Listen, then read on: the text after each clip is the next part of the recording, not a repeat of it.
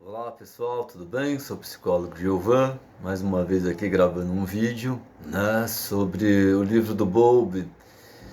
Mas antes eu queria falar sobre a questão da liberdade, o quanto a liberdade é algo extremamente importante na nossa vida. A liberdade de expressão, liberdade de ir e vir, liberdade de você respeitar o outro com responsabilidade.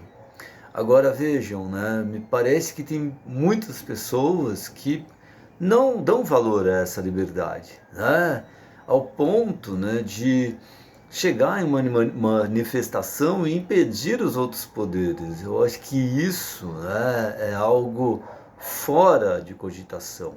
Eu fico pensando numa questão da família, Imagina, se em uma família onde existe pai, mãe, vó, avô, tios, parentes, todos acharem que só um determina o que se deve fazer dentro de uma família. Imagina em um condomínio, se a gente, pensar que só um deve mandar, e não houver um conselho, ou não ter um síndico, um subsíndico, como é que seria? Só um determinaria o que deve ser assim ou acolá? Veja, isso significa democracia, quando a gente consegue dialogar com os outros poderes. Caso contrário, é óbvio que nós estaremos numa posição de déspotas, de pessoas que só acham que o poder é deles, E essas pessoas, de um modo ou de outro, são cínicas, São mentirosas, são pessoas que agem com movimentos escusos, movimentos corruptíveis, que falam as coisas de um modo que as outras pessoas acreditam piamente, ao ponto, de condenarem, por exemplo, emissoras, de televisão ou jornais, achando que tudo que eles dizem, se não for de um lado ou de outro, é mentira, sem ver a fonte. Isso é muito ruim. Normalmente as pessoas que não verificam, ou pelo menos que não querem saber de leitura, ou que não querem saber de outras opiniões, são pessoas que de alguma forma ou de outras estão alienadas, Eu sempre uso desse termo aqui, são alienadas no movimento social, acredita só em uma verdade, como se a verdade fosse absoluta. E ela não tem esse meio, Eu acho que, claro, cada um tem, as suas posições, as suas verdades, mas não podemos, em função das nossas verdades, destruir o outro, Ou seja, disseminando, raiva fora do controle, o ódio, Como a gente vê gente no poder federal, achando que pode tudo com os outros, querendo destruir a opinião um outro poder. Então veja, ok, nós somos simples mortais, e a gente, por ser simples mortais, a gente não pode opinar, a gente não deve dar a nossa opinião. Como assim? Como a gente não pode falar da nossa opinião? Eu acho que a gente tem que falar sim. Isso é muito importante para o desenvolvimento emocional de cada um. Mas vou aqui continuar, com o livro do Bowlby, e hoje está no quinto capítulo, que acho que como ele chama, que é a separação e perda na família. Para não ficar uma coisa maçante, eu não vou ficar lendo o tempo inteiro, eu grifei algumas partes aqui, e dessas partes eu vou tentar, fazer alguma observação. Eu peço, que as pessoas que tenham mais conhecimento, que também entram, façam seus comentários lá na minha página no Facebook, Psicólogo para Todos, ou mesmo no meu canal no YouTube, que é Psicólogo Giovan, ou me siga no Instagram também, Psicólogo Foco. Então tá aqui, olha. Ele fala aqui um pouco sobre uma vez atentos para esses fatos, não será difícil ver que muitos dos problemas que somos chamados a tratar em nossos pacientes devem ser atribuídos, pelo menos em parte, a uma separação ou uma perda que ocorreu. seja recentemente, seja em algum período anterior da vida. Ansiedade crônica, depressão intermitente ou suicídio são alguns dos tipos mais comuns de problemas que hoje sabemos serem atribuídos ou serem atribuíveis a tais experiências.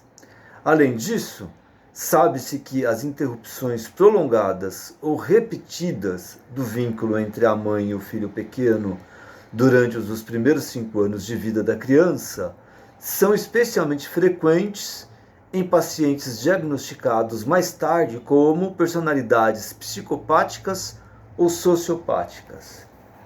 Aí depois ele fala que, né, eu acho que isso aqui eu já tenho discutido bastante, sobre a questão da ansiedade, sobre a questão do luto e sobre a personalidade, né, antissocial, que o Bowlby chama de personalidade psicopáticas ou sociopáticas, né? Então a gente tem visto, tem, né, mostrado o quanto essas pessoas têm altos controles na vida de tantas pessoas e o quanto elas destroem, né? Depois ele fala aqui do pesar e luto na vida adulta, né? Então ele fala que, olha, né, que tem a fase de falta de estímulos, que usualmente dura de algumas horas a uma semana e pode ser interrompida por acessos de consternação ou raiva extremamente intensas. Fase de saudade e busca da figura perdida, que dura alguns meses e com frequência vários anos. Fase de desorganização e desespero e fase de maior ou menor grau de reorganização. Aí daí ele tem outra parte que eu grifei aqui, sobre a questão do luto também, né? Que chorar e gritar são, é claro, métodos por meio dos quais uma criança comumente atrai e recupera sua mãe ausente ou alguma outra pessoa que possa ajudar a encontrá-la. E ocorrem no luto, acreditamos nós, com os mesmos objetivos em mente, consciente ou inconscientemente. A raiva e as recriminações só são despropositadas quando a separação é permanente e definitiva. O nosso equipamento instintivo acabou sendo formado de tal modo que se pressupõe que todas as perdas sejam recuperáveis, reagindo-se em conformidade com essa ideia. Aí ele fala, esse quadro do comportamento de ligação como um comportamento normal e saudável do equipamento instintivo do homem, leva-nos também a considerar a ansiedade de separação como uma resposta natural e inevitável, sempre que uma figura de ligação está inexplicável ou injustificadamente ausente.